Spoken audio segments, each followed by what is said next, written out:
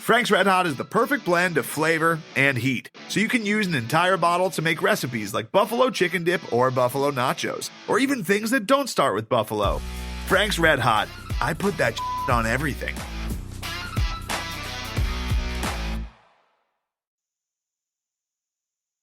Hey, Craig, are you ready? Hit the road, coach. You're not gonna play today or this weekend. You're not gonna be coaching the Cougs. I don't know. I fucked up the song this time. I don't care. You want to do it again? Take two? No, I don't. I want to record all of this. I don't want people to think I'm some perfect human. I can confirm you're definitely not Wait, I'm your friend. I'm supposed to be like, no, Craig, you're perfect. Exactly. You're a unique snowflake.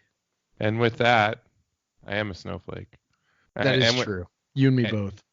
And with that, welcome to Podcast Versus Everyone. I'm Craig Powers, a snowflake, and with me is my fellow snowflake, Jeff Newser. What's up? Jeff, what's irking you right now as a snowflake? What's ruining your life? What small thing is ruining your life? I don't know. Like, I wasn't prepared for that question. Well, I have a great story later about my cats. That's what we call a tease in the business. That's something that's really it's really irking me. That's not like a snowflake thing. That's just a thing. But anyway, it'll make sense after I tell the story. But you got to wait for it. Oh man, stick around, folks. It's worth waiting for. Trust me. All right. So, what are you drinking to deal with the cat situation here? Okay, so nothing special tonight. Nothing, that I'm dragging out of the cellar tonight. Boo. Tonight I just got a couple of Bodies. Oh. Just hanging out with a couple of Bodies. So I gotta say, my sidecar beer today is a Bodie. Oh. So this is Bodicast. It's Bodicast. We should rename it Bodicast. By the way, for those of you who don't know, Bodie is the Bodhisattva IPA from Georgetown Brewing, which is, for my money, the best beer you can find in most grocery stores in the Puget Sound area. It's an outstanding beer, and actually, I found it at Costco. Costco is selling 6-packs now. They're not old, but they're not fresh either. But, good enough for $9 for a 6-pack. Well, yeah. And speaking of freshness, so Bodie is also great because typically at your grocery stores, it doesn't sit on the shelf very long because it's quite popular. It's like one of the more popular grocery store beers. And so I know that my girlfriend's dad is here helping us sod our yard. We had some landscapers sort of make a terrace so we could have some flat area for B to play on. But so Amanda got some beer for them, beer that they could drink without asking me. And she brought home a 6-pack of Bodie from Fred Meyer, and I was like, I know it's going to be fresh because every time I go to Fred Meyer, the Bodie is gone. So and I looked at the box canned May 16th, and currently May 22nd as we are May 22nd as we're recording this. So, or May 21st. I don't know. Yeah, these ones are March 20th. Oh yeah, that's pretty old Bodie. By Bodie standards, yeah. So you're eating something. Oh as well. My gosh, you can. So hear what that? are you eating? Yeah, definitely. Crap. I'm having some pepperoni with my Bodie. The pepperoni is from Stewart's Meats in McKenna. If anybody's ever been to Stewart's Meats in McKenna, they know what I'm talking about. That place is best butcher around the South Sound. It's kind of right next to Yelm. So it's a little out of the way for most people, but definitely worth the trip. Their pepperoni's amazing. Their beef's amazing. For Mother's Day, we had a rib roast from there, and also bought some pepperoni. And so I'm kind of polishing off the last of it because I'm kind of hungry. But sorry, I didn't mean to chew my pepperoni right into the microphone. Probably should have turned it off. Yeah, you did. So how would you? So you've had Bodie loads and loads of times, and so have I. But tell the listeners why it's good. Well, it's in the hazy IPA style. Completely different. Disagree. Completely. You disagree. Really? It is Really? not a hazy IPA. Not at all. No, not in the sense like that. It's citrusy. It's got kind of that. Yeah. It's got a hazy like texture mouthfeel, but it's not hazy in the like the citrusy fruity sort of like thing, like flavor that's typically associated with it. But it's just a really just pleasant, just kind of crushable IPA, and it just tastes, I mean, I don't know, like it's just a really tasty beer. So I would say it is citrusy. So it's got a lot of grapefruit. So I'm just disagreeing with you all over the place today. So I'd put Bodhi in this kind of realm of it's not a true West Coast IPA, even though it had in between when we went from West Coast IPAs, which are typically they moved from we had these IPAs that were kind of caramel colored. And you can still find those maybe like a Rude Parrot or I think it's called something stupid from Sevens. It's like Balls Deep or something. That's a nice the one. amber ruby colored IPA. But then you kind of the West Coast IPAs kind of toned that down a little bit. And then but they kept the bitterness. So you kind of had this lower malt palate and this like heavy bitterness. And then we saw before the New England style IPAs came along, you kind of saw the IPAs, these kind of more fruit forward hops came into existence, like Citra and such. You saw these sort of light malt bill IPAs come out with that were probably more lightly hopped on the bittering end. Bodhi's not a super bitter IPA by any means, but it's definitely dry hopped a lot. Like it's probably dry hopped similarly to a New England style IPA, and that's probably why you're getting some of that mouthfeel. You're probably getting the resin from that dry hopping. I would say it does have like a little bit of creamier mouthfeel than you would expect from the appearance. And I mean, it's just all around just a tremendous IPA, and I totally agree with you. It is the best thing that you can find, and I would argue like I don't know if you could go to any region in the U.S. and find like a local IPA that is so easily available that is better. I don't like it's so good. In the Midwest it would be like Two Hearted IPA. That's more of that classic, darker. Kind of darker malt, crystal malt in on the IPA, and it's very good. I actually had some a couple weeks ago when I was in Orlando. It's still very good. It still holds up, but I would take a Bodhi over it any day. So yeah, we're very fortunate for many beer reasons in the Northwest, but just the fact that Bodhi is plentiful, because Georgetown does, I believe they produce more beer than any other brewery in Washington. They're definitely up there in the top, but I think they are the top because all those Manny's kegs and and now all the Bodhi. I think Bodhi tap handles are replacing Manny's in some places. Yeah, I think that's true. It's becoming pretty. I mean, I will say I had a Bodhi at the Mariners game this past week. And I have endeavored to check in all the Bodhies I drink this year on Untapped, even if I have like 4 in a night, just because I want to see how many Bodhies I drink. I drink a lot of different beers, so it's not like there's people that drink a lot more than I do. I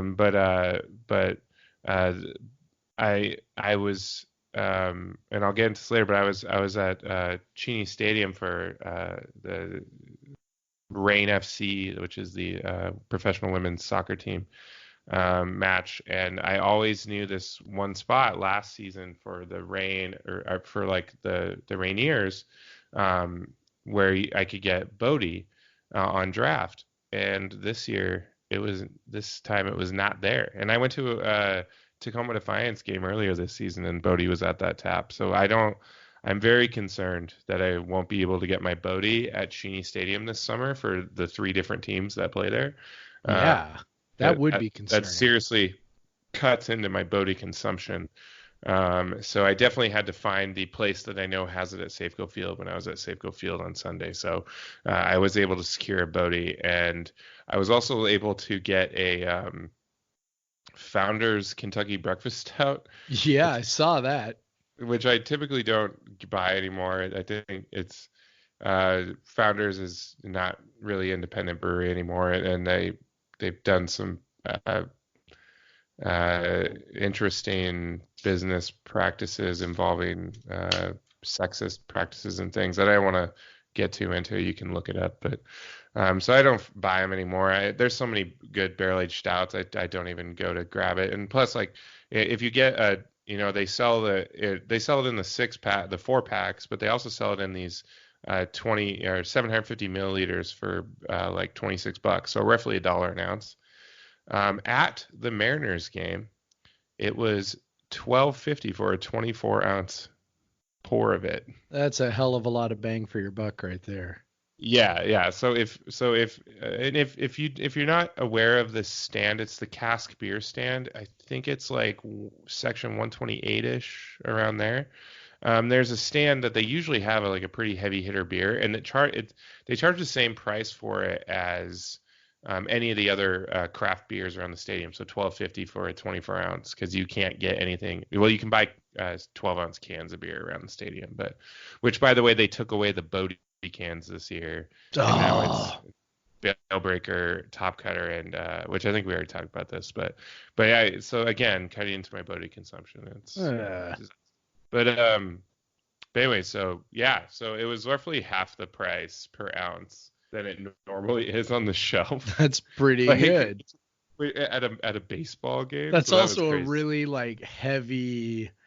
Oh yeah, it's like to have on like I don't know if I want that on a sunny day at a baseball game, Yeah, but it was like it's like an 11%. But it'll definitely get you where you're going in a hurry. That's for sure. Yeah, but I'm pretty hardened to big ass stouts, so I wasn't. I was doing just fine. So what you're saying, Craig, is you drink a lot of beer. Yes, well, not as much as losing weight, but still probably more than the average folk. That's but yeah, I guess I could say just Jeff, how many Bodies out of 5 Bodies would you rate that Bodie? Well, for rating a Bodie on Bodies, it's definitely 5 Bodies. Even the March edition. Yeah, it's still good. I definitely think Bodie's a beer that can hold up to. I figured a couple months were all right. Yeah. So yeah. It's not. Yeah. It's not. I actually think it's the IPAs with the heavier malt bills and even more hops that rely more on the hop bitterness and stuff that kind of fade. You definitely lose that intensity right off the top if it's not fresh. Like Top Cutter's one of those. Oh yeah, if it's not super fresh, it fades pretty quick. Yeah, Top Cutter falls off. That's why it's kind of, I'm hesitant to buy it at a Mariners game because it falls off. I mean, I like week-old Top Cutter is amazing. 3-week-old Top Cutter is a completely different beer. So it's probably because the brewery is owned by Huskies. So probably that's probably why. Pro tip for the listeners, something Craig taught me is like most of these beers now have dates on them. So when you go to the grocery store and you're like, because I imagine most of our listeners are grocery store, beer shoppers. If you go to the grocery store, you get Top Cutter, and I love Top Cutter. But it's like, don't be afraid, don't be ashamed to pick through it and look and see. Sometimes you got to go to the back, right? Because the way they rotate stock, if you go to the 6-pack that's sitting in the back of the fridge, a lot of times that's the freshest one because they're rotating back to front. So you can look at it, you can see the date, try and get them like within a month or so of I definitely would when they're canned. Say that. Definitely would say that for Top Cutter for sure. I've had people have Top Cutter that's like they pick it. I'm like, yeah, try some Top Cutter. And then they pick it up and they're like, I didn't really like it that much. And then I'm looking, and they like bring it to my house, right? And I'm like looking at it, I go, yeah, this is like a 3-month-old Top Cutter from Safeway. It's like, Yeah. so. Well, that's their choice to put their beer, like, because you can get Top Cutter in every gas station, and Yep. and I'm heard they have plans to go well beyond national and stuff, and I'm like, whatever, man. Most people don't really know the difference, so it's fine. No, it's true. But what am I drinking? What are you drinking? So I'm doing an homage to an OG innovator in the craft beer space. I am drinking a beer called Consecration from Russian River Brewing in Santa Rosa, California. This is it's like a sour ale. It's kind of a sort of in the style of a Flanders red or brown, but with much heavier. It's coming in at 10% sour ale. It's an ale aged in it's like a darker ale, like probably it's kind of this reddish brownish hue, and it's aged in Cabernet Sauvignon barrels, however you say that, with currants added, so black and red. So it's one of the classic American wild ales, and this beer has been made for a long time, long before wild ales, sour beers were a popular thing. Russian River has been making them. They call them like the shun beers. Like they have a lot of beers that end in, they have Temptation, which is like a lighter golden sour. They have Damnation, which is more of a Belgian style, like Abbey Ale, not a sour beer. And they have Beatification, Sanctification, which is kind of the little brother to Consecration. Doesn't have any it has cherries in it instead. Consecration's a big dude. Back in the day, I would just flip my lid to get to try some of this. I have a particular story of when I was one time I was traveling to outside Philadelphia for work, and one of my good friends. I had told the story previously of how Grisette was a train beer. And so me and my buddy got some Grisette and took a train in Philly into the and to meet my other friend who I met in Vermont. He used to live in Philly and run this beer bar, and they were having their anniversary party, and he went down for it, and they were just treating him like a king because he used to be their boss, and they apparently all loved him. So good for him. So they had this is one of his top beers, and so they had it on tap. And so you're drinking this 10% sour, and it's not like, I usually don't like dark sours very much, but this one, because they're usually really acidic, and they're tough to deal with. And this style can get that way, especially when you're adding currants. But this one's really nice. Like it doesn't overwhelm you. It's really well balanced. I think the Cabernet kind of takes the edge off a little bit, and they don't go they don't oversaturate with the currants, so it's not like it's done really well. But he was just drinking this, and he was like so drunk that we hadn't seen each other for, I don't know, like a year probably at this point. I had moved from Vermont. It had been almost a year since we had seen each other, and so we were really excited to see each other. I saw him. He got really excited. We had a beer. He went off to play. It's like this barcade thing, and he went off to play a game with like a game, and then about half an hour, I'm drinking a beer with my other buddy that came with me. Half an hour rolls around. He comes back. He's like, "Craig, you're here! Oh my God, so good to see you!" So he had no recollection of seeing me previously. And I tell him this. I'm like, "Yeah, this is the second time you've seen me, man." He's like, "Oh man, that's sick." So again, we have a beer, which he definitely, like, if these people did not know him, there's no way he would be being served right now.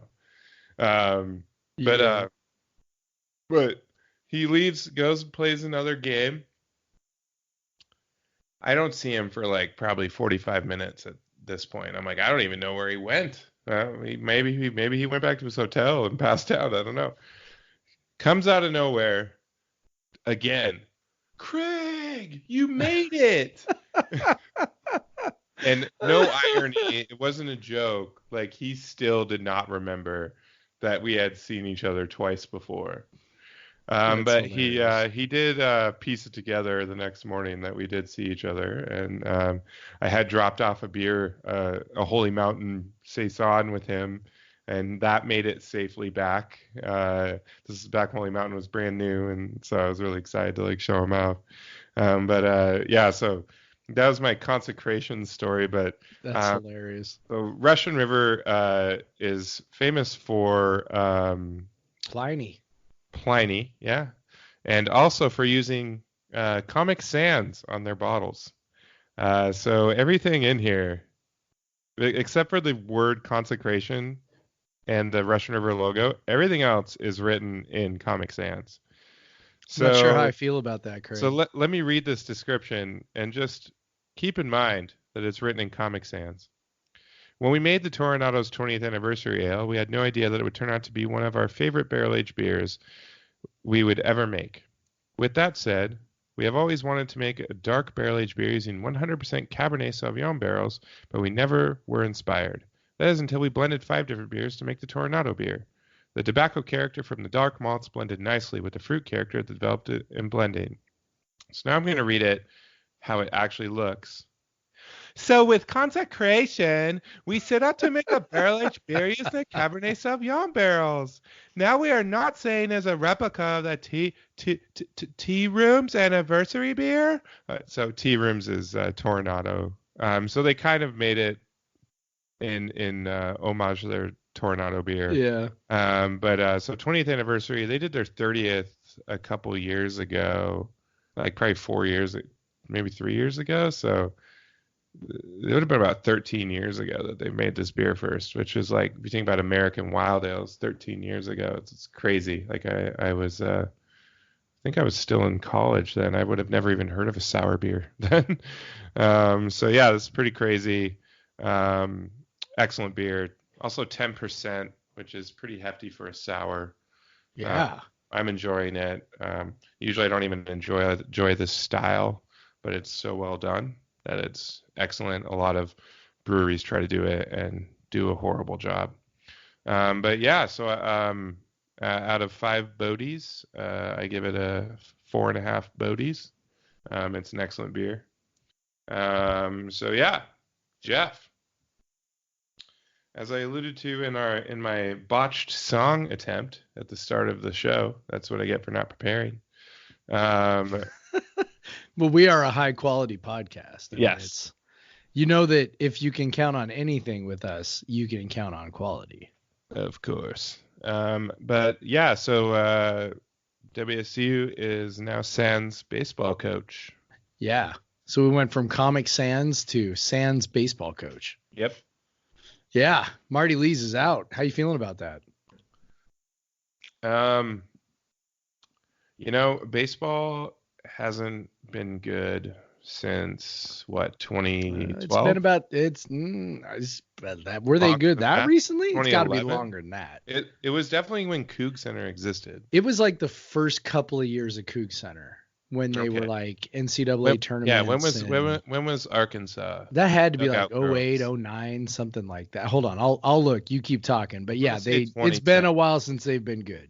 I would say 2010. But yeah, so it's I've definitely grown this sort of apathy that I've had. I mean, we always look at basketball and it drives us crazy, but baseball, it's a lot easier to just be like, they suck, so I'm not going to pay any attention to that.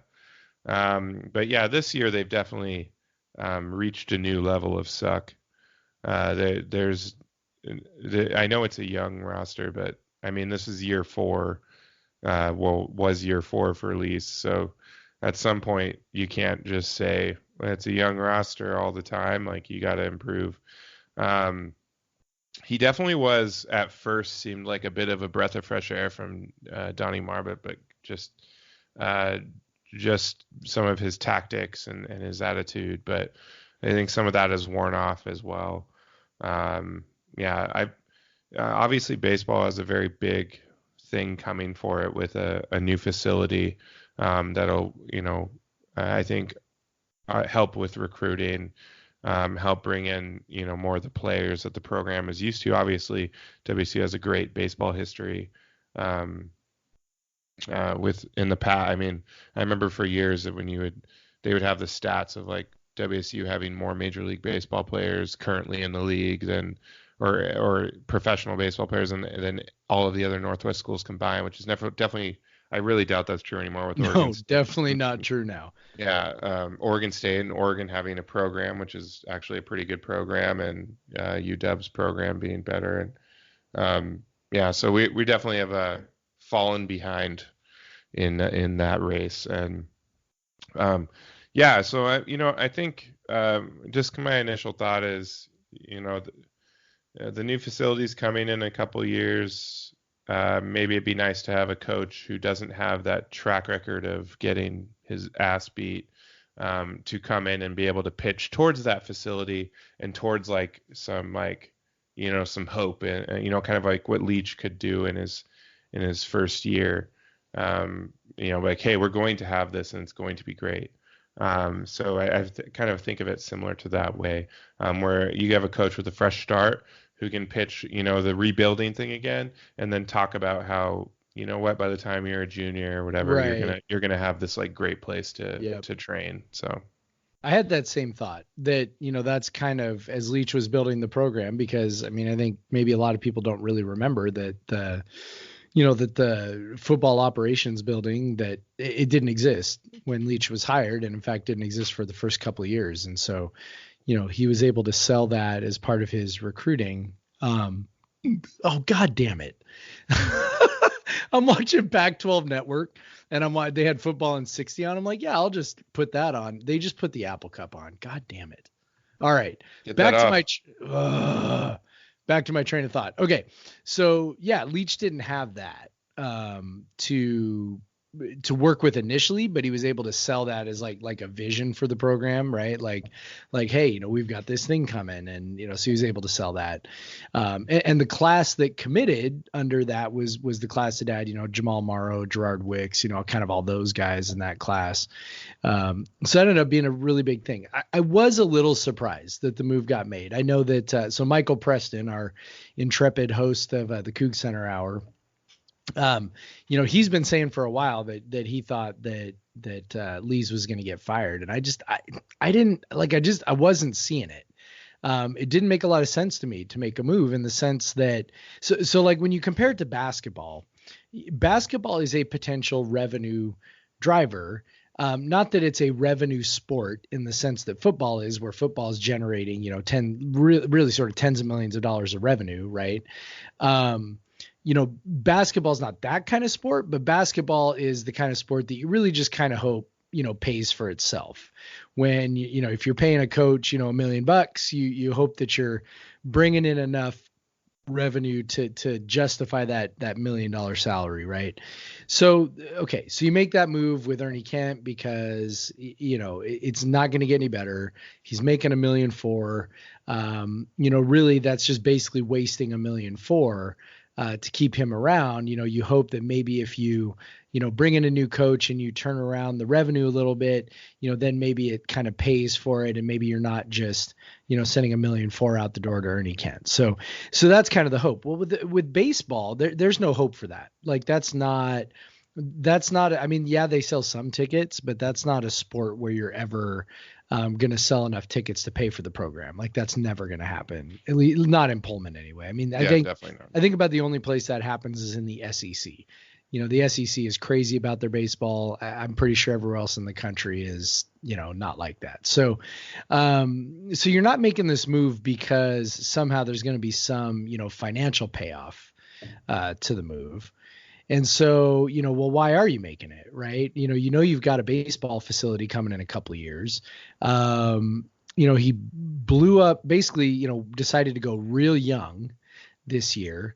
And so not that, it's ever okay to go, 10-4 40 or whatever he was. But, you sort of understand it a little bit with young guys. You go, okay, we're going super young. We're going to build with that. And we're going to go there. Okay. So he makes a decision. Now, granted, maybe year 4 is not the best time.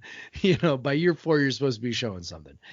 But, with sort of what everybody understands about the facilities situation, it's not a coincidence that our program and by the way, 2010 was right. That was the last year. That was the year they were, a little bit of like a step away from the super regional, playing against Arkansas in the NCAA tournament. So 2010. So we're talking about, going really on a decade.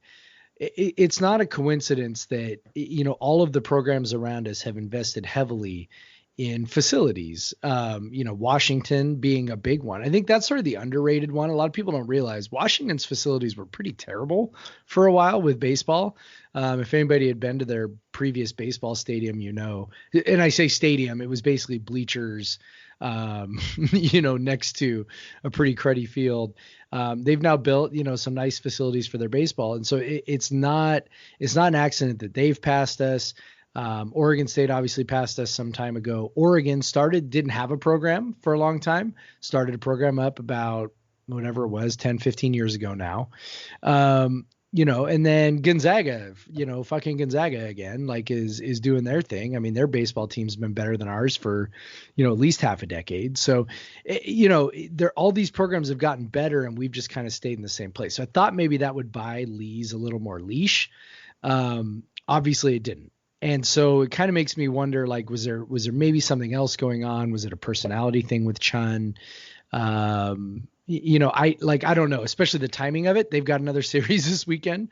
So you're firing him before you play your last series, your senior weekend series, by the way. I think they already did senior celebrations because when school was in session, but this is actually the last home games for the seniors and their coach just got fired. So I don't know. I think there's probably got to be more to the story just because that other stuff doesn't add up just in terms of making a move just because they're bad. But, I guess I'm glad they're making a move. I don't know. I don't know how to feel about this. Yeah, I mean, I don't care that much. I'm kind of the same way. I'm just am I supposed to be happy about that? So, probably some of our listeners are in this camp. We would get comments on Coug Center with people like, oh, they got to fire Lees, man. This is terrible. This is embarrassing. And I'm just I don't know. I could not work up any indignation. And I guess it's because they've been bad for a while. And then just the fact that, I think, one big difference is they're just not on TV all the time, right? So it's you're not sitting down to watch them. You're not, whatever. And I so mean, they are, if you actually want to, you can pack network shows probably half their games. So you could, but it's it's not a thing you make a habit out of, with basketball or football, obviously. So I don't know, I just could never work up, the moral outrage that we had for Ernie. Yeah, that I had for Ernie. And the money, the like you said earlier, the money difference. Yeah. But but it is, it's a program that's produced so many pros and dominated the Northwest for many, many years, decades. Because it was the Northwest, the Pac-10 baseball alignment was really weird back then. That's why. Well, it wasn't even the Pac-10. We were playing in a special. We play Portland Pacific State. Northwest Conference. Yeah. There was no. I was in school, so this was 20 years ago. But I was in school when the Pac-10 basically reconstituted itself as a baseball conference. All those programs in Southern California, the Arizona schools, they were in their own little conference down there. It was not the Pac-10 until I want to say it was my junior or senior year. I can't remember which one, but Steve Farrington was the coach, and that was when it was, and it was a big deal because I remember going to a game. USC came up and they hadn't been to Pullman in forever, and it snowed. And so they went up to the bookie and bought a bunch of beanies and turned them inside out so that the Cougar logo wasn't showing, because they were completely unprepared for the cold weather at the field. They kicked our ass still anyway, but it just, yeah, like you're right. Like a lot of what we built there was sort of a different, time and place thing. Yeah, and also back then, I always think that WSU and a lot of northern schools just begin the series at a disadvantage, or begin the season at a disadvantage. Sure. Because they can't play outside. The WSU is playing their first games in the South typically. Yeah. Sometimes even the deep South. Yep. While there's still snow on the ground at Bailey Brayton. Yeah. So it's, well, we're even worse off than Washington, Oregon State. Yeah, because we have legit winter. Legit winter.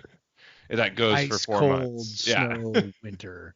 And I mean, maybe a lot of people don't realize this. I mean, the baseball season basically starts at the beginning of February. Yep.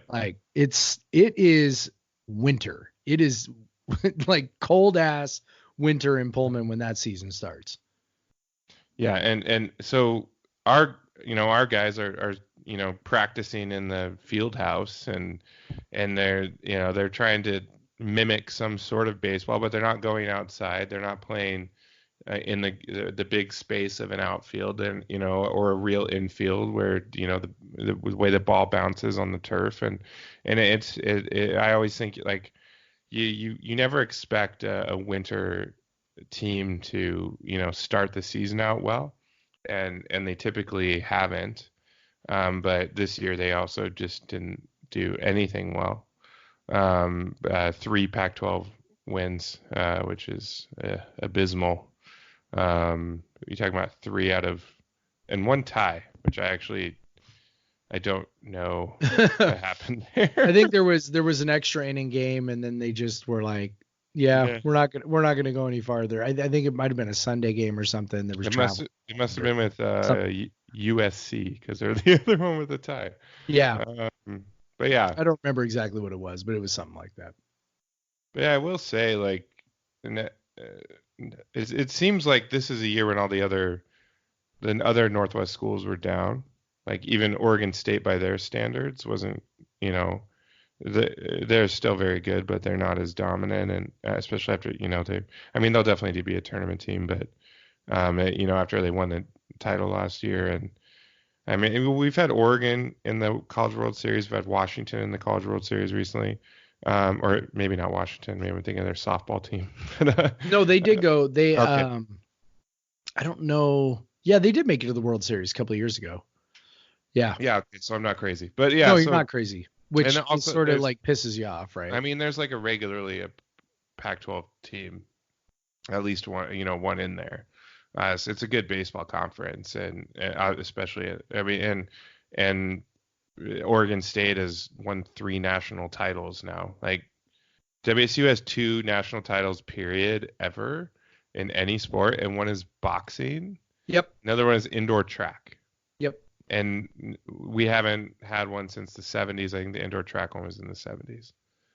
But Oregon State has 3 recent national championships, and probably the 3rd or 4th most prominent sport. Well, for them, it's probably their 3rd most prominent sport now, even ahead of women's basketball. Women's basketball can be more popular at some schools, but Oregon State baseball is definitely very popular. Obviously, that's where Marty Lees we came from. We were trying to grab some of that success. It didn't work out at all. But it's all that when you start thinking about it, it gets infuriating. Look, Oregon State built that. Baseball would be super fun with 100%. A program like that. Yeah. If we won a national title in baseball, that would be amazing. That would be so much fun. Because I remember when they were down to 1 game to play to go to the Super Regionals against Arkansas. Yep. That was a blast. That season was a lot of fun. Yep. So if we could get, again, because that's why, that's what the capital project is called, is Back to Omaha, which I don't know what, it was in the 80s the last time they were in. I'm not even sure. I don't even know if it's that even recent. It's been a long time though. Did John Olerud go to Omaha? He won National Player of the Year, didn't he? He did. He yeah. definitely did. Yeah, I mean, it's, I don't know. 1976. There you go. So, it's going to be interesting to see like who they go after. I tend to think, that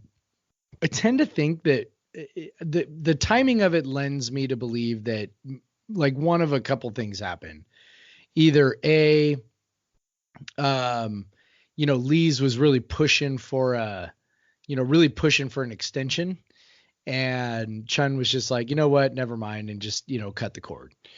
And I think this is maybe more likely. So if I was like, placing wagers on this sort of thing, I would place my wager on something like Chun already knows who he wants to hire and needed to make the move to get Lees out of the way so that he could go ahead and finish that move. So I will be interested to see if the hire comes actually pretty quickly. But I don't know. Like I want to think like, yeah, fire a guy who sucks, but I still, look, if this was the guy who truly was, the coach in waiting at Oregon State, and that was sort of the, maybe the understood, situation. And he did actually come to us from Oklahoma State. He decided to, take a trip down there to kind of broaden his horizons or whatever. But, if he really was the guy who was supposed to take over for Pat Casey, just makes you think, this guy, knows what he's doing. What seems to have happened was this, the program. So when he came in, he basically ran off a bunch of dudes. I know this for a fact. Like I kind of know what happened. It wasn't a situation where a new coach comes in and guys transfer like, oh, I think I'll transfer because I'm not sure I fit.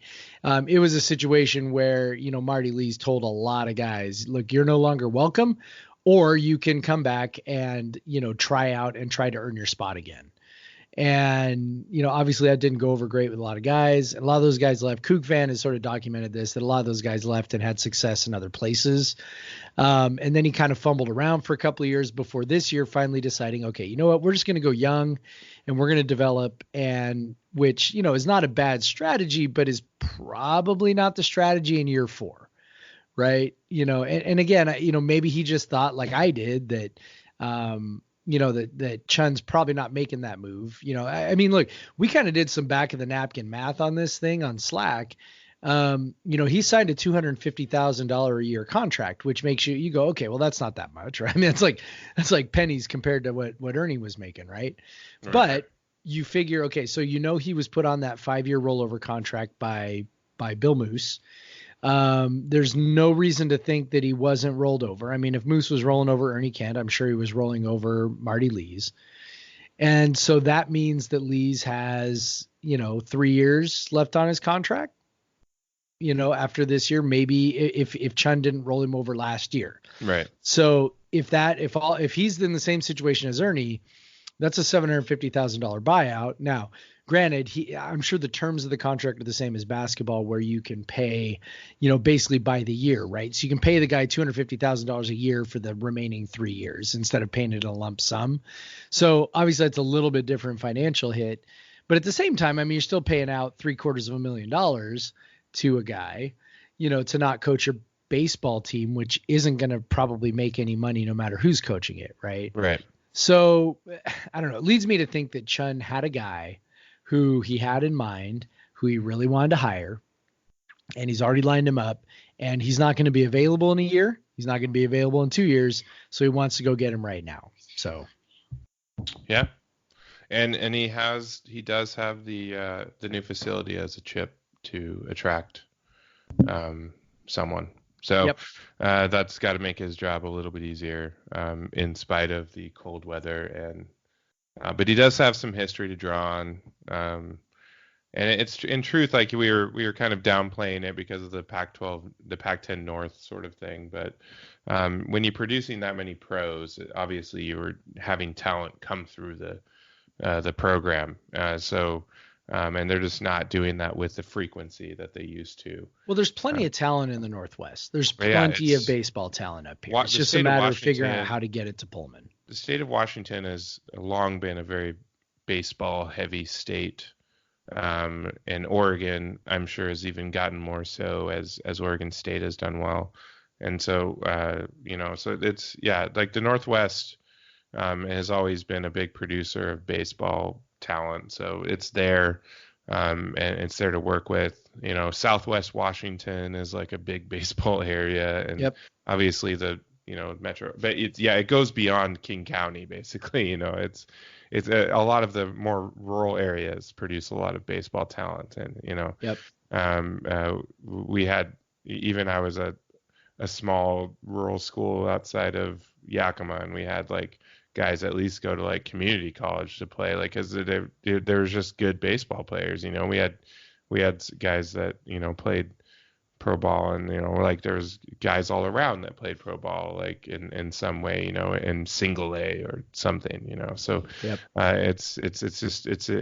you're more likely to find that than like any other sport around here. So it's definitely there. There's a chance, like, you don't have to have this like national, and I don't think any baseball program has like a national recruiting base. I think a lot of the California schools are drawn from California, and the Arizona schools are drawn from Arizona and California. Yeah, it's an extremely regional sport. Even more so than people like think of football as a regional sport.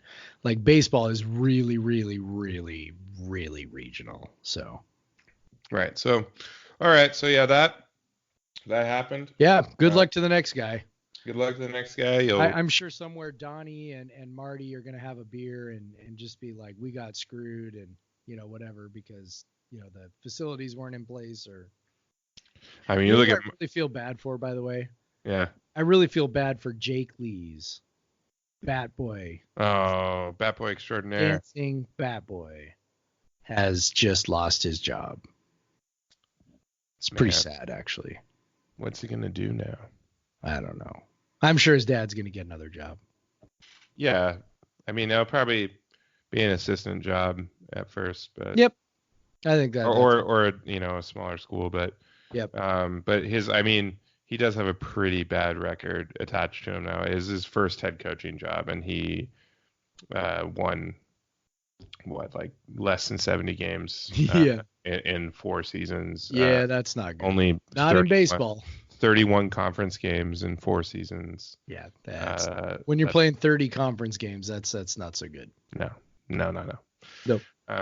Yeah. But yeah, so I didn't envision this being a baseball podcast very much, but there we did it. We did it. Well, I guess soon we'll have more to talk about as well. Yeah.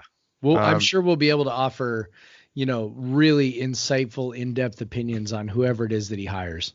So Jeff jokingly said, I need your list of 10 potential candidates by the time we record. And I was like, I could not name a single baseball, like a Division I baseball coach off the top of my head, including Oregon State's coach. Like, you said his name and I was like, yep. And I already forgot. So I don't know anything about college baseball. I was starting to read the guy that tweeted it out first. He's like a Division I baseball writer. And I started to read his feed, and people were suggesting replacements. And I was like, no, do not taint my mind with names. I do not know names. But yeah, so good luck to whoever you are. I literally have no clue who you could be. Yeah, but I'm sure you'll be great, whoever you are. Yeah. We believe in you.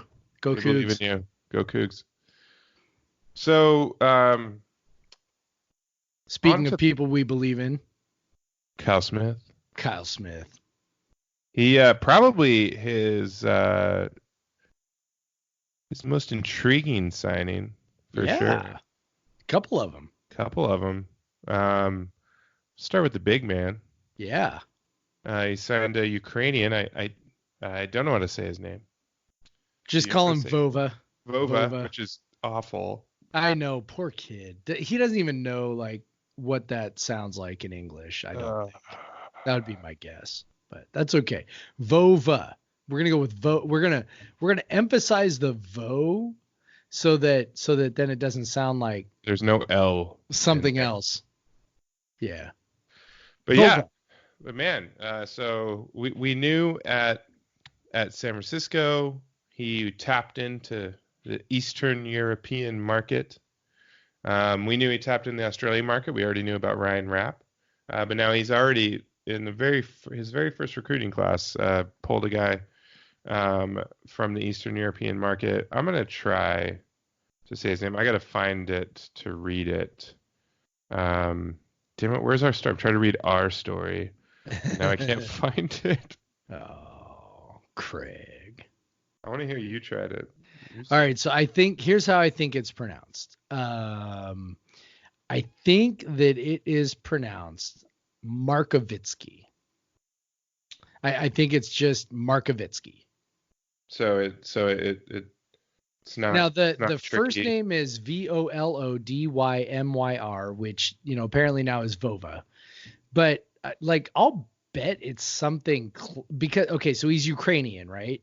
So my guess is that it's something approximating Vladimir, like maybe it's like Volodymyr or something I obviously don't speak the language, but my guess would be maybe it's a Ukrainian variant of Vladimir. So anyway, Markovetsky, I'm guessing is how you just pronounce the last name. So even though there's two Y's. Yeah. Vova. I went to a page and it had so Coug fan beat us on the Google meter. How the hell did that? I don't know, since Jeff beat them on the report on this one. Yeah. So I pulled that up and they have autoplay videos on their website. Get that the fuck out of here. Oh, that's the worst. Is there anything that is the worse? Especially ones that play with sound. Worse. There's nothing worse. Especially when you're a teacher and maybe you're like clicking on a article because you want to read it really quick while your kids are like getting their stuff out, and then all of a sudden it starts blasting over the speaker this video on a Coug fan page. Yeah, that's the worst. Or you're on like a conference call and you're just not paying attention, not on mute, and you pull up a site and on Yahoo or I don't know, whoever does that still. Or actually, it's had a comeback. It's had a resurgence. I think that sites were like, just screw it, just do it. I don't care what they say, just do it. Like, we have to pay for this shit somehow. Of course, Coug fan charges still, so I don't know why we got to do the kind of both the autoplay video. But yeah, so so we got Volodymyr Markovetsky. He's 7 foot tall, which is already fun. That's fun. Yeah. And also doesn't look like a total goober. No. Because he doesn't. We definitely had some 7 foot goobers. Justin Smith. Yes, we have. Is probably the last one I think Clifford was 7 foot, wasn't he? Or close to it. Yeah. Yep. But yeah, we've had some 7 footers that were just goobers, and everywhere has 7 footers that are goobers. But he's got, he's got that European 7 footer look to him. Not a 3-point shooter, not an outside shooter, but he's definitely got some skill. He's probably traditional and more traditional 7 footer than you would think of, like maybe your modern day 7 footers who are perimeter in. He seems to be more interior out, but he seems like a great offensive rebounder, can block shots, has some touch around the rim.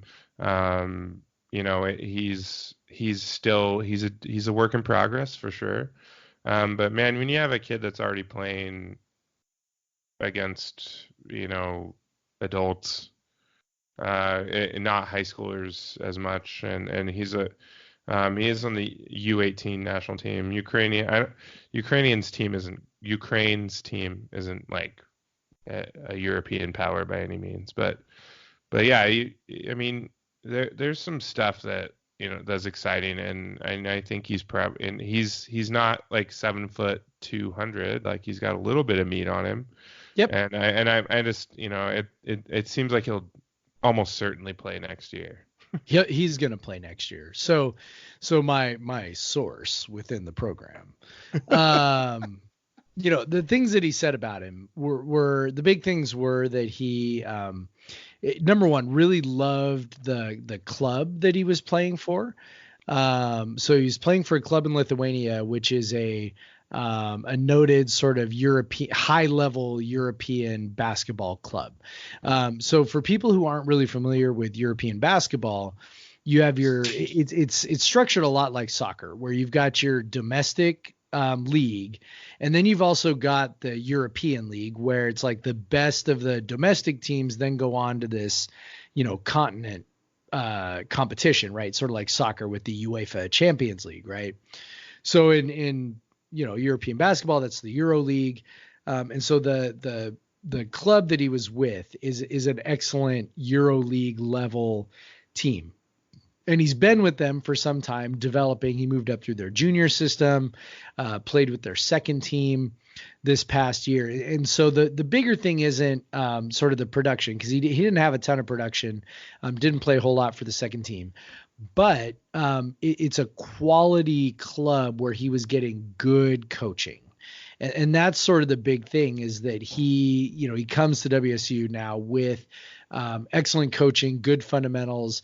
The thing that sort of was emphasized there was that he has great touch around the basket, really good feel for the game, just kind of a smart kid. I would sort of caution against expecting too much out of him. Next year he's gonna be still a little rough around the edges, even though he's got a lot of experience. Let's point out that he's a 7-footer that was available this late in the period. Exactly. And went still to a 7-footer, still available, but they really love his potential. They love what he what he can grow into, because as you mentioned, he's not your skinny big man, right? I mean, he's not small, but he's not large. He's got room to put on some muscle, and to continue to work on things like his footwork, things like his jump shot, so he can add that facet to his game.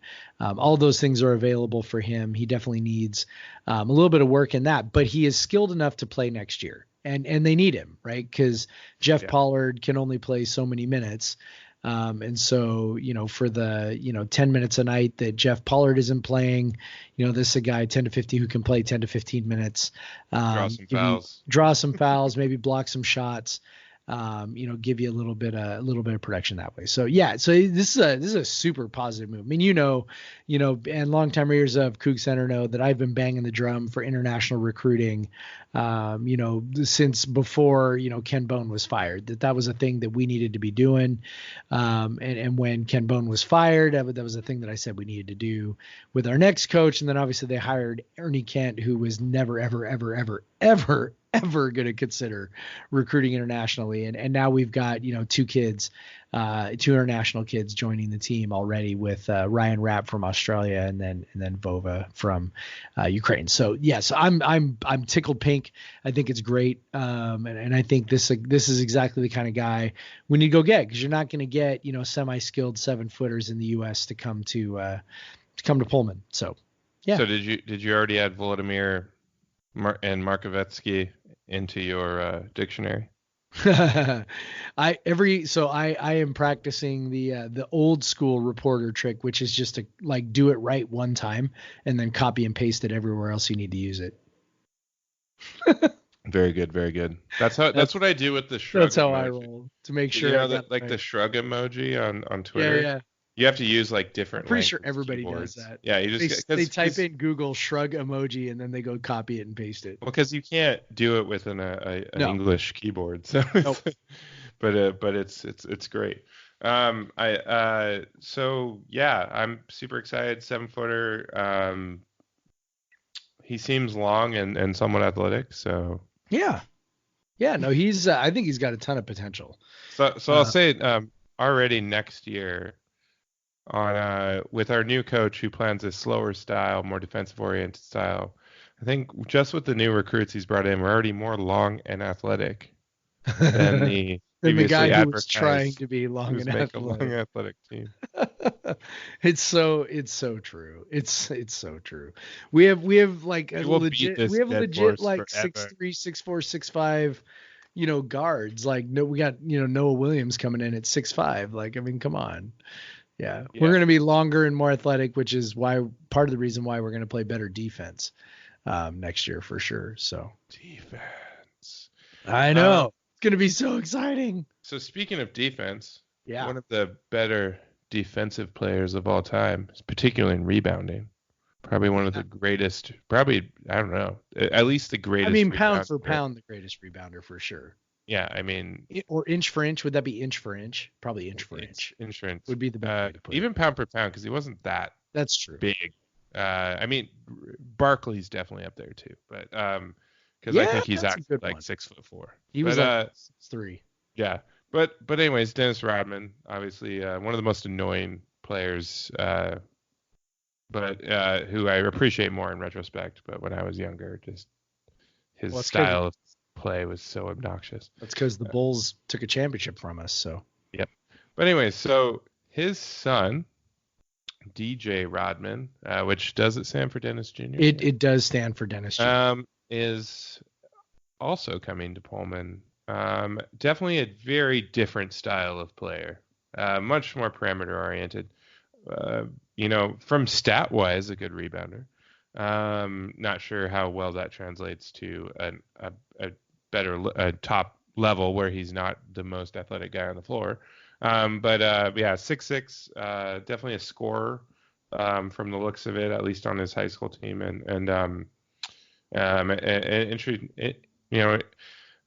obviously what you saw across Coug Twitter was many jokes and much excitement over who might be coming for the next Dad's Weekend, or who might be coming to Pullman for basketball games.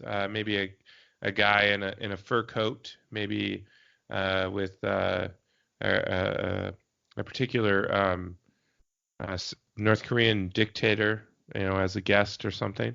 But Jeff, as you've heard, and tell me, that's probably not going to happen, right? No, I mean, he'll probably visit. I mean, I imagine he'll visit Pullman. But what I've been told is that Dad's sort of not really in the picture. That it's a very sort of long distance relationship there. So I would not count on Dennis Rodman Sr. being in the audience for very many games. And it's when you read some of the interviews with DJ, it's gonna be interesting to hear him talk more when people WSU affiliated reporters spend some time talking to him, because the sense from reading between the lines of the different stuff I've seen is that that his name has sort of maybe been a little bit of a burden, to be honest. When you're it's not just your dad is a a former basketball player. It's not just that your dad's a Hall of Famer. It's that your dad's, freaking Dennis Rodman, who's, the king of whatever he is. And it's like, so, you're kind of bringing all that baggage with you too. And there's a sense I get just from reading the interviews that he's done that, that at times has maybe weighed a little heavy on him, that that his dad is who he is, and maybe hasn't been around a whole lot. So so where people sort of grabbed onto that immediately, like, yeah, Dennis Rodman and Pullman, oh my God, and I get it, but it certainly seems like Dad's not really in the picture a whole lot. That this kid is definitely his own kid. The way it was described to me by my source was that, he's a great kid with a great head on his shoulder, and just, really put together, and a good all around basketball player. Just a smooth player, smooth 3-point shot. Just a really smooth kid. So yeah, he seems like a good fit. He's a hard worker.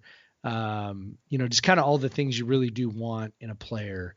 And, so for that, I'm pretty excited. Where do you see him slotting in?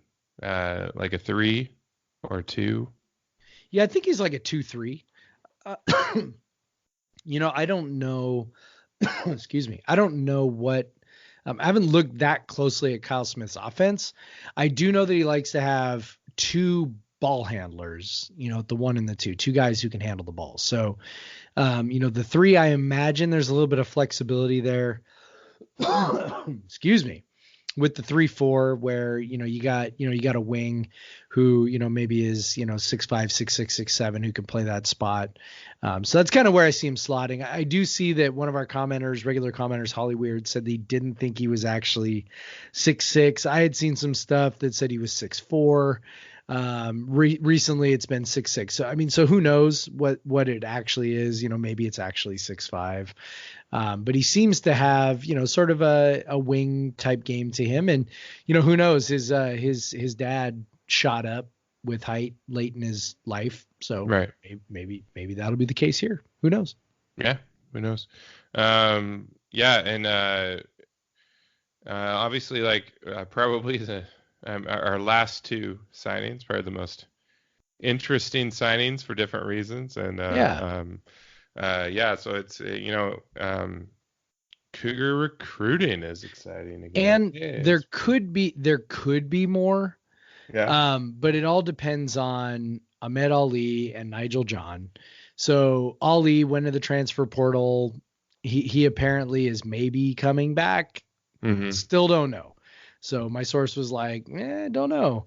Nigel John, kind of same deal. He's a guy who signed with Ernie Kent back in November. Has kind of seemed in and out and hasn't seemed to indicate one way or the other if he's staying. He's definitely still welcome at WSU. I can tell you that.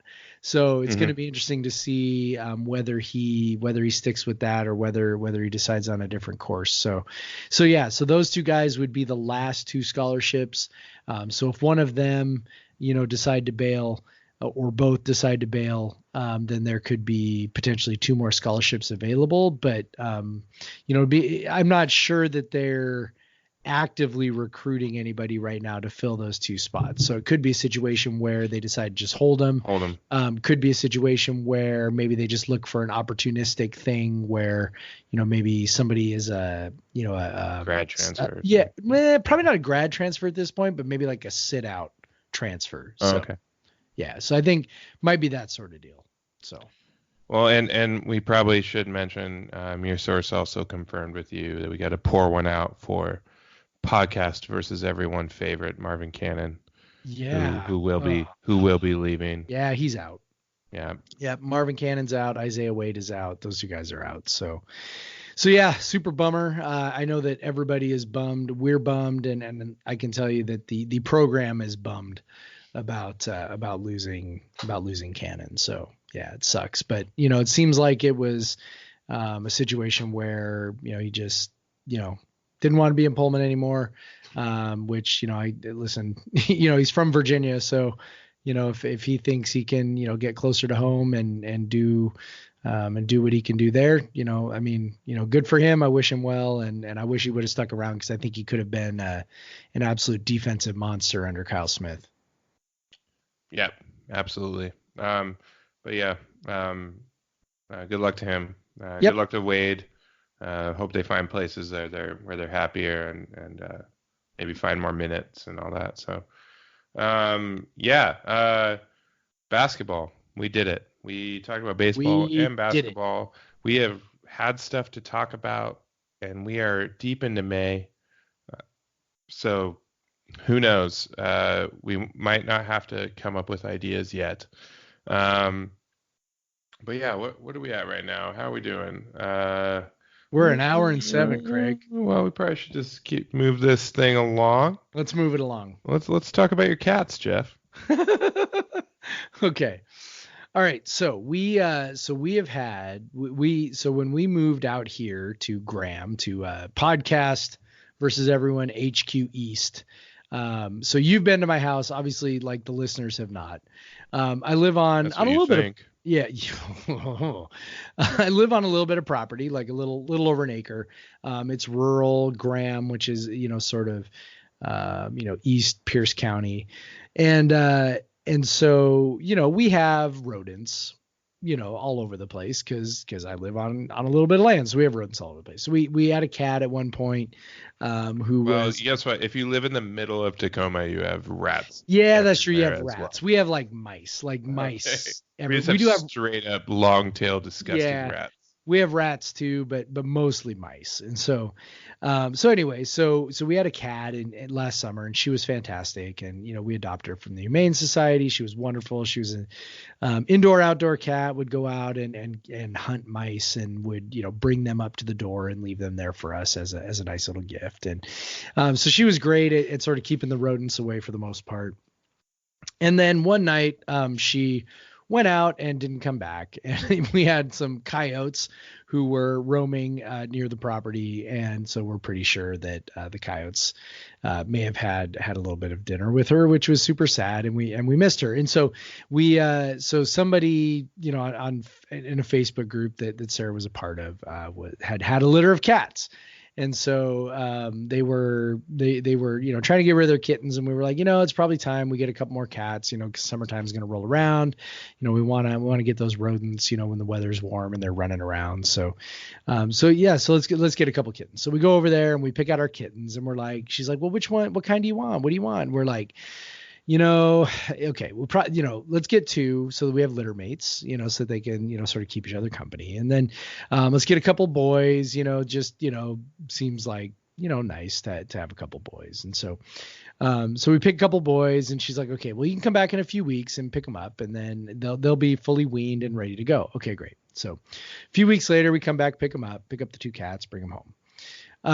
One is a tuxedo cat, so a black cat with, white paws and, kind of white marks on the nose and things like that. And the other cat's kind of a gray and, striped cat, right? And basically your basic domestic short hair cat, right? And so, so we bring these cats home, and they're great, these kittens, and they're playing and whatever. And, all these things. And, we're like, oh, it's so cute. We got these brothers, and they love playing with each other, and they torment each other, and they bite on each other and whatever. Right. Okay. So time's going by, blah, blah, blah, blah, blah. Okay. So about 2 days ago, I'm like kind of looking at one of the cats, the tuxedo cat. And I'm like, and by the way, we named this tuxedo cat Figaro, and the other cat, the striped cat, is named Ty. And so, Figaro, we're like, the kid's named Figaro. And I'm like, Figaro, wow, you're looking kind of, man, you've been eating a lot. And so then I like start petting Figaro, and Figaro rolls over, and I start petting Figaro's underbelly, and I feel nipples.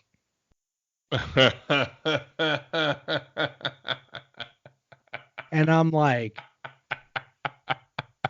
no, oh man, no, fuck no. So I'm like, Sarah, come downstairs. I need to talk to you. And she's like, what? And I'm like, are we sure that Figaro is a boy? And she's like, yeah, I felt those a couple days ago, and I wasn't going to say it. And I'm just like, oh my God. We just never like really examined, we never really took a really close look, and so, so cat, I don't know how much experience you have with a boy cat who has not been neutered. Yeah. They have giant ass balls in the back. They do. So here's the thing. So this cat is, like I said, it's a tuxedo cat. They're black. So it's not quite as easy to see as so Ty, the balls are quite large and easy to see, and he's gray and they kind of stick out. The black cat, it was sort of like, when they were younger, you kind of looked and it kind of looked like maybe, when they were smaller, right? Well, I didn't keep examining while they were getting bigger, So I'm like sitting there, and we're like, look at this. I'm going, oh my gosh, what are we going to do? And I'm feeling like the biggest idiot in the world, right? I'm like, okay, great. I now have a super pregnant cat. Oh, I am the worst pet owner in history. We didn't get them fixed because we're like, oh, we're super busy. They're a couple of boy cats, whatever. We just won't let them outside, right? Because we knew that they could be fertile after like 4 months. Like we knew that it doesn't take long for cats. So we're like, okay, we'll just keep them inside. Summer will roll around. We'll get them fixed. Then they can start playing outside and everything will be fine. We'll set them out on the property. They'll go eat mice and everybody will be happy. Right? Craig, I got a litter of kittens coming. God damn it. Well, if it makes you feel any better, they'll probably all die. Well, that doesn't make me feel better. So, much like when I was a kid, your boys will get to experience watching tons of little kittens die because my parents did not spay my cat, and it got pregnant multiple times, and it had that Munchausen by proxy, I swear, and it did not want the kittens to survive. So hopefully your Figaro or Figueroa I know. is a loving mother, and I hope so. And you'll take them to Safeway and put them in a box, and people will take them, and it'll be fine. No, that's what Facebook is for, man. We have kittens. Come get our kittens. Yeah, no, it's. Good luck with that with those 3 boys. I feel like I'm telling you, dude, You're I have taking never to get felt spayed like immediately, right? I've never felt more, and believe me, there are plenty of times in my life where I felt stupid. I have never felt more stupid than in that moment last night where I realized I did not realize that I have a boy and a girl cat. And God damn it. The 2 of them. Jeff, have you never watched The Price is Right? I mean, I have, but like I said, like if we thought we had 2 boys, we're like, we'll just get it done when we have some time and no big deal. And They're obviously, they never come inside then, right? Like rarely. Or they just stink up your house with their spraying. The cats?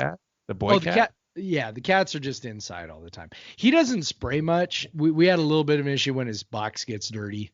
Like so Tristan's job is to clean the box. So when he doesn't clean the box, every cat, spay, neutered or not, gets really fucking annoying if their box gets dirty. Yeah, and so that's when we've had. So they actually, it's funny because he actually goes in the boys' room where the boy who's supposed to clean the box, he goes in the boys' room and like pees on their blankets, and it's like, well, you should have cleaned his box, buddy. But so I have never felt stupider than when I realized that we did not have 2 boy cats, that I did not inspect closely enough. I just sort of took the word for who we got the kittens from, and we have kittens coming. Yeah. So hey, podcast versus everyone listeners. If anyone needs a kitten, I'm your guy. Official podcast versus everyone kittens. That's right. Official. And by the way, I did my research on this. It is not. They're all going to be named Gardner. It is not. Yeah. It is not necessarily a problem that they are inbred. So like that's like apparently like breeders did that once upon a time. They would inbreed to make sure the breed was pure and weird stuff. And so anyway, it's not necessarily a problem that it's brother and sister, doing it over there in the room. And so apparently the kittens can be perfectly healthy coming from litter mates. So that's if you've ever seen Game of Thrones, then I have not seen Game of Thrones. Then you know that the inbred children are perfectly healthy. They're just sometimes really mean. Okay. That's what I'll have then. Yeah. So Jeff, do you remember my cat's name? Boy Cat. Do you know why his name is Boy Cat? Because he's a boy. So we acquired Boy Cat many years ago. I was student teaching in Yakima. I had not moved in with Amanda yet. But there's a bar, her parents' neighbors behind them. They have a barn, and they had a litter of cats that they were giving, much like you will soon have, that they were giving out to people. Yeah. And we took one of the cats. The cat had been to the vet to get shots and such, and we were told that it was a girl, and we named the cat Chloe. And so for by the time I I had moved over to Seattle, and I moved in with Amanda. We were living on Capitol Hill, having a grand old time with Chloe, and we had taken her over.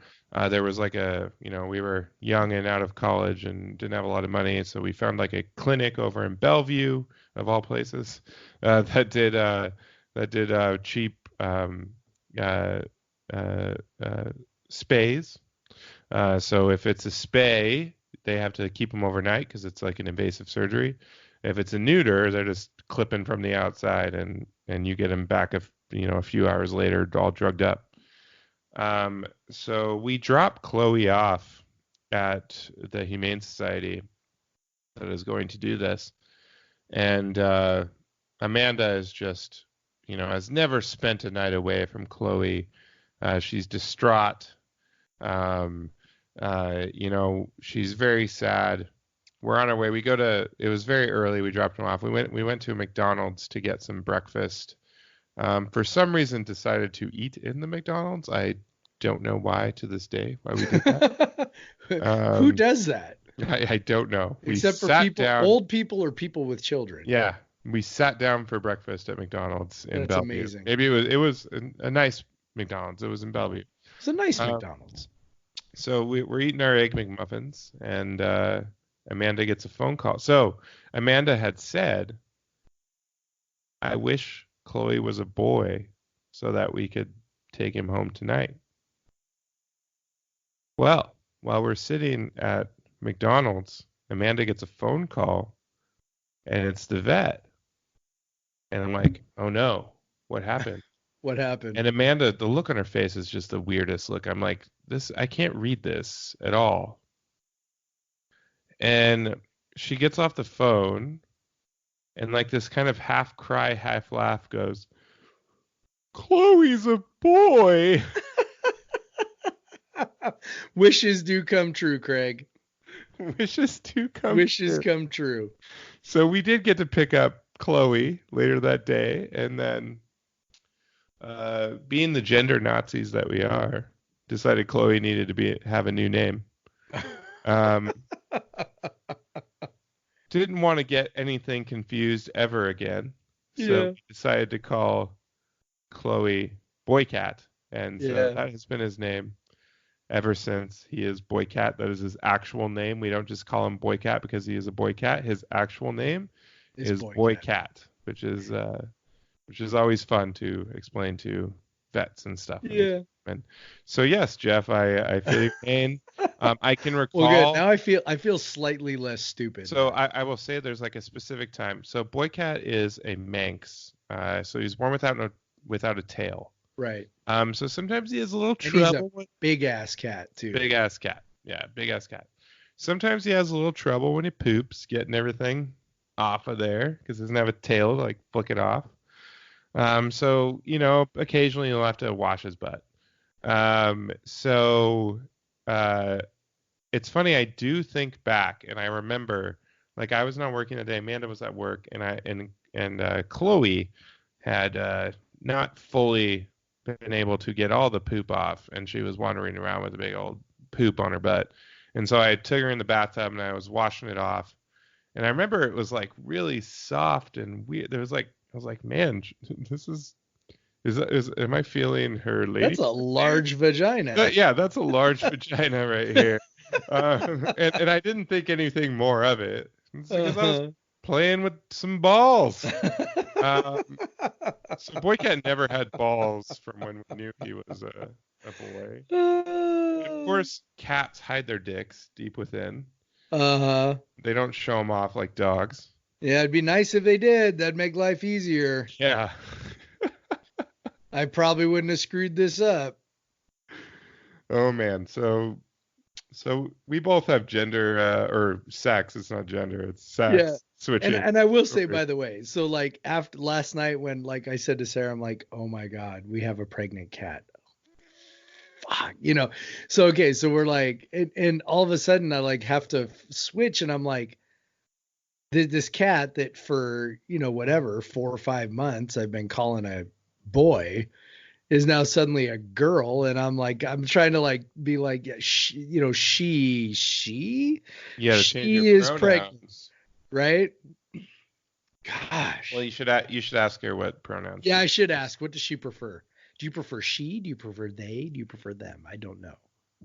And we're not making fun of that. It's totally I'm valid. not. No, I'm not. I'm not. I'm just saying. Saying Like, you should. I'm like it was definitely. But I do think it's kind of funny how we're like, oh God, we can't call them he and anymore. Like the Right. cat gives a fuck. The Like cat does not. the cat does not care. I'm pretty sure the cat's name is going to stay Figaro. Tristan Yeah, is that's insistent. fine. Tristan is insistent that once you give the cat the name, like that's their name, and argue. it doesn't matter. You can And argue I'm with a like, 9-year-old I'm son. like, yeah, that's probably true. Call her Figgy. Yeah, Or just yeah, call her Figaro. It's fine. yeah. She Figaro. doesn't know the difference. Does Figaro really have to be a boy name? I don't know. It's probably fine. Probably in Italian, like literally, because they have like gender it's specific Figaro. nouns. Would it be Figara as the Italian? Figura, probably. Gender specific. So it'd be like if you're like from the South or something, you're like, it's Figura. Yeah. There we go. Figura. Yeah. Yeah, something like that. Yeah, so Ty will be making his visit to the vet here pretty quickly. Yes. We'll take care of him. And then in a couple months when Figueroa is done nursing the babies, then we will get her, him, they, them taken care of. And yeah. Yep. It was funny though. It did make me feel better going online because I was like, oh my gosh, like what am I dealing with here? Am I gonna, I've got inbred cats. I'm like, like super young, obviously pregnancy, right? And so I'm just like, is this like a problem? Nope. It's not normal, but it's like not abnormal. And also, I am not the first person to have this problem, so. No. That made me feel. I mean, it was a lot better for my way. Like, Chloe wasn't gonna randomly get pregnant because you were smart enough to only have one cat. Well, and we didn't have two cats and never went outside and whatever. Yeah, he's terrible at going outside. But yeah, it's funny if you look at him now, you're like, he's definitely a boy. He's enormous. Yep. Like, and he has a huge head. Like the vet that day was like, yeah, as soon as you brought him in, I saw the size of his head, and I'm like, there's no way that's a girl. And we're like, thanks. Well, the funny thing is, okay, so the funny thing is now with the girl, our girl cat, like, yeah, her head is smaller. Like, yeah. I see it now, but it's like, I just thought, well, the other thing was, we thought he was the runt. We were like, well, he's just the runt. Like, and he was like the smallest cat out of the litter and whatever. And then, yeah, anyway, whatever. I feel stupid. I'm about to have kittens. If you need a kitten, hit me up. No, thanks. Come on, Craig. I'll bet B would love a kitten. She has two dogs and a cat. She's fine. Oh, no. There's nothing like a kitten, Craig. There's nothing like a kitten. Yeah. I'm telling you. There's nothing. There's nothing like one. They become a cat very quickly. That is true. Even faster than B became a toddler. Yeah. That's true. That is true. But yeah, got a couple minutes. I'll just say. What else we got left? So, I took, as I alluded to earlier, I took B to 2 sporting events this weekend. Actually, I had one of the busiest weekends around the Sound that in a while. My mom was in town. My sister, my poor sister has had the worst pregnancy, including a 3rd trimester gallbladder removal. Just a nightmare. Bad. A nightmare of a pregnancy. But at least she doesn't have tiny stones ruining her life every day now. But so my mom flew up to, help out around the house with her, to help take care of her. So she was here, and so on Saturday night, I took her to or Friday night, There's a monthly market in Tacoma, which if you're around the area, I highly recommend it, especially if you like to watch hipsters in their natural habitat.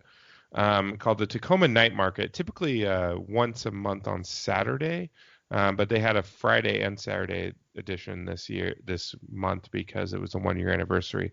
It's pretty cool. Lots of local Tacoma artists and like clothing makers and different stuff and food and some secondhand stuff. You can find some cool old sport hats or whatever.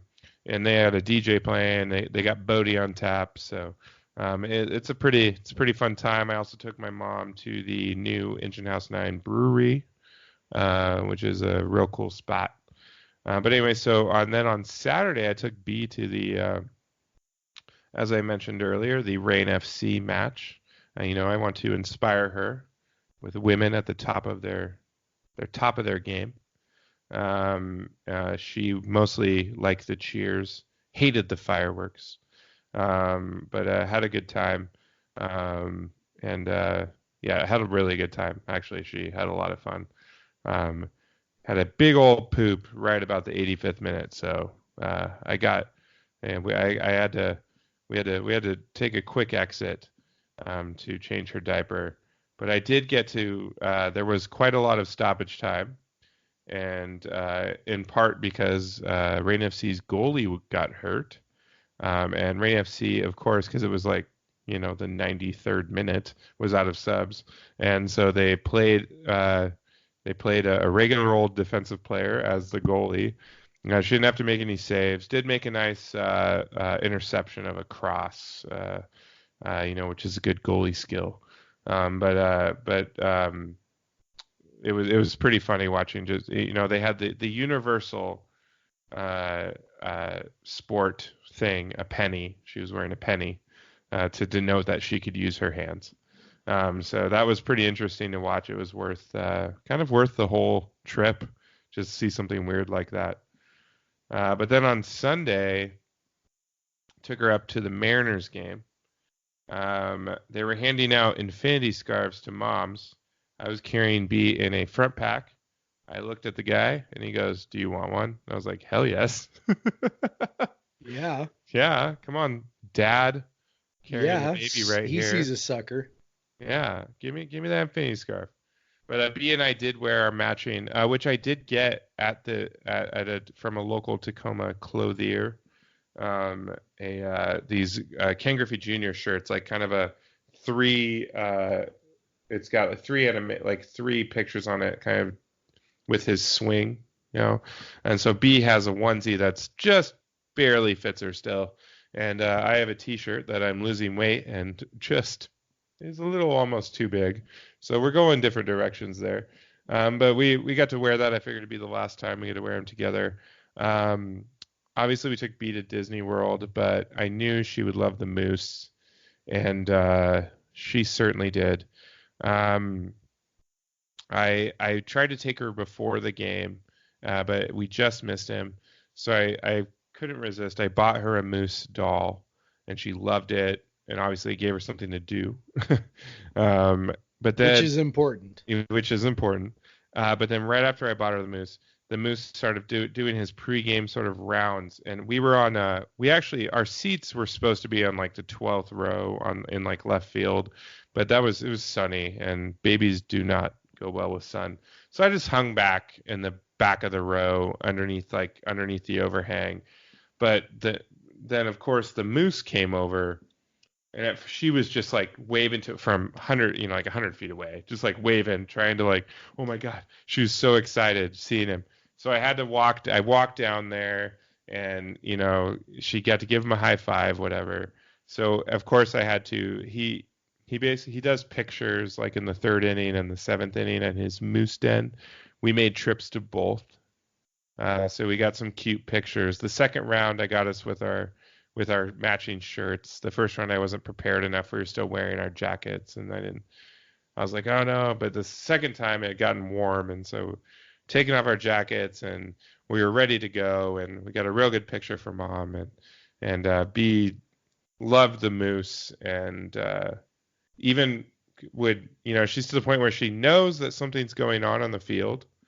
So I could be like, baseball, baseball. And then she'd see the ball and she'd be like, ball, ball, ball. Because she knows ball games now. Like, it doesn't matter. We could watch rugby and she goes, ball, ball, ball. Like, even though the ball doesn't look anything like, the basketball or the baseball or the soccer ball. But it was a long day. We'd maybe stay for like 20 minutes and then bail. But man, I let her down on that field, just let her run, and she had a blast. And that was the nicest grass she's ever going to play on in her entire life. Like, that was like the most perfect grass. And so she's just like hysterically laughing as she's running around because she's been, sitting on my lap or just standing in front of me in the seat or whatever for, not being able to move very much for the last 3 hours. And then she just gets to like let it loose. So we ended up staying, like, she was occupied long enough that I was like, okay, we made it long enough. I got to stay till the end of this damn movie so I can see the Mariners. Like, that's the best part about that movie is that the Mariners win at the end. Yep. And Griffey's in it, and Randy Johnson and Lou Piniella are in it, and Dave Madigan for some reason. Whoever they could get. Like, we need one other player. Dave Madigan. Of course. But yeah. So, who else would you choose? Yeah, who else? So it was pretty funny watching it. Griffey hits a homer. The people that had stayed to watch the movie cheer. And then, of course, that movie ends, one of the great endings, with where the protagonist team actually loses to the Mariners and doesn't go to the playoffs. The Mariners win the wild card. That was in '94, of course, the season that did not actually happen in the end. But it's kind of interesting. The next season, the Mariners actually did win not win the wild card, but they went to the playoffs for the first time. And that movie depicted it a year before. Which I always thought was amazing when I was a kid, and still actually think it's pretty cool. But yeah, so Griffey steals a home run for them to win, and there was a nice cheer in Safeco Field for that because we're Mariners fans. We have very little to cheer about. But yeah, so that was a blast. Little Big League, surprisingly, is a 2-hour movie. Like a children's movie that they decided to make 2 hours long for some reason. I don't know why. So B had a long day. We were at Safeco Field. I think we got there about 12 and left at like 6:30. So we had a long day at Safeco Field, and B was a trooper. She handled it well. Slept all the way back to Tacoma, and yeah, we had fun, and she slept really well that night as well. So it worked out pretty well. And she had her chicken strips at both games, and met the moose. And now she's got her moose, and she knows the word moose now. She knows her moose. And also, the last few days, she's had him in her crib for since the spring game when we bought it. She's got a little cougar doll. It's got a little handkerchief that says I Heart WSU on it that we got from Cribson and Gray. And so obviously I call him Butch. And she is all about Butch the last few days. Just like she's asking for him, for Butch, Butch, Butch. So she is getting fully indoctrinated. I'm very excited about this. This was an unexpected advancement in that, and that she doesn't call because Amanda she woke up and she was saying Butch, Butch, and Amanda didn't know what she was saying, and I'm like, she's asking for Butch, because Amanda was like she would call it the Cougar. I was like, no, this is Butch. Like all. Yeah, I mean, you have a toddler. I mean, one syllable words are really where it's at. Yeah. So. And she likes that because she likes. I think she likes doing that sound. So she goes Butch. And so yeah, it's like we. Are you sure she's saying Butch or is she saying Bush? Close enough. Bush. Either way, it's good. Either way, it's Pullman. Either way. Yeah, but yeah, she might be saying Bush because she can't get that T in there. It's a little tough. Yeah. But I know what she's saying, and it makes me a proud papa. That's right. But we only have one job as parents, and that's to make sure that our kids don't grow up to be Huskies. That's Yes. pretty much it. I will say she has this color set. And they're like these little triangles. And for some reason, there's like a purple and a gold one in there. Of course, there's a crimson one or like a red one and a silver one. But there's purple and gold, and they're always right next to each other. And I'm Well, like, that's some Amanda. bullshit. And I'm like, Amanda, can we please teach our daughter this is bad? Like, we have to.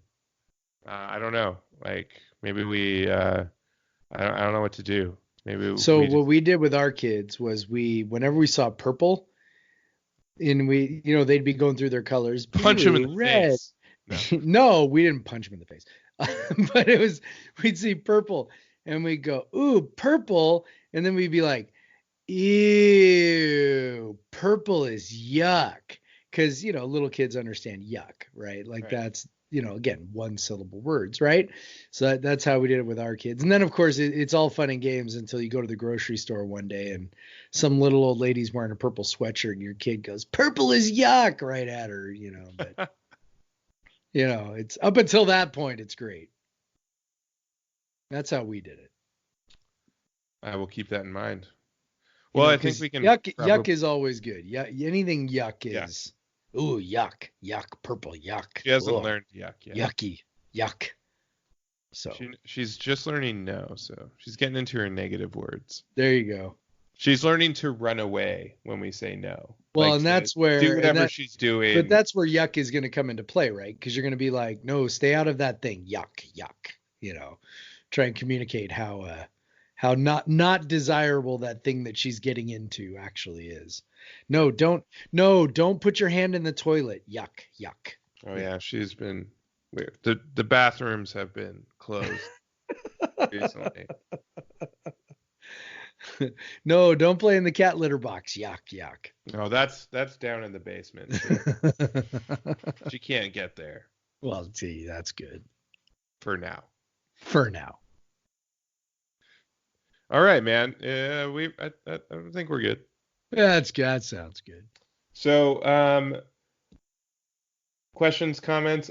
Someone sent me a request for that Tavar code, which I said weeks ago, and I got to it 2 weeks late, which shows you how much. So, but I've been now spurned by that. I do check the podcast versus everyone email every day. So it's podcast versus everyone at gmail.com versus, of course, VS. If you have questions, comments, you want that Tavar code, which you can get some money off some beer in the mail, some pretty good beer. But I've been trying to be good. I haven't ordered from them in a bit, just trying to cut back. I have so much goddamn beer to drink. Yes, you do. And being on a diet, I don't drink as much of it. So, except for this podcast, bless this podcast. Make sure I drink sometime in the week. It's my good excuse to drink beer. Yep, exactly. But yeah, send us questions there, podcast versus everyone at Gmail, or at pod versus everyone on Twitter, or at the Craig Powers on Twitter. That's me, in case you didn't know. If you want to see some super fucking adorable pictures from the weekend I just described of my daughter, you can follow me on Instagram at Craig W. Powers. They're pretty cute. They are. I can them. vouch. Yeah, Jeff's wife showed him the pictures. I'm sure that's how that happened. I saw him on Twitter. Oh yes, I put them on Twitter as well. Yeah. So I guess I don't always put all the cute bee pictures on Twitter. Yeah. And I do have to say, like, this is no joke. Like, B is like, you really should look into like childhood, modeling, and not because of anything other than she just is like the most photogenic kid I think I've ever seen. And that's legit. Cause like when other people's kids are ugly, I'll be like, okay, that's kind of an ugly kid. Like I don't have a problem. Like I don't have a problem with that. Like B is like the most unbelievably photogenic kid I think I've ever seen. Like she's like a camera. Oh, she like smiles. Like it's pretty uncanny. She does take a nice picture. I'm actually kind of jealous because I have kids who I have 1 out of 3 that was really like okay, I'll smile whenever you put a camera in front of my face. The other two were like, my youngest now is 7 and he still is like, what kind of mean mug can I make whenever somebody's trying to take my picture, So feel lucky and blessed. We do feel #blessed every day for B. But yeah, so thanks for listening. Again, Jeff and I are getting more long-winded every week. We are. But I don't know. I think we'll have some fun stuff in the summer that involves us drinking even more beer. Yeah. Maybe, obviously, we're going to have something, I don't know. It seems like, soon a baseball coach to talk about that I'll know nothing about. Yeah. So that'll be fun. We'll pretend like we know something, though. Oh, I'll pretend with the best of them. But thanks for listening, and go Cougs. Go Cougs.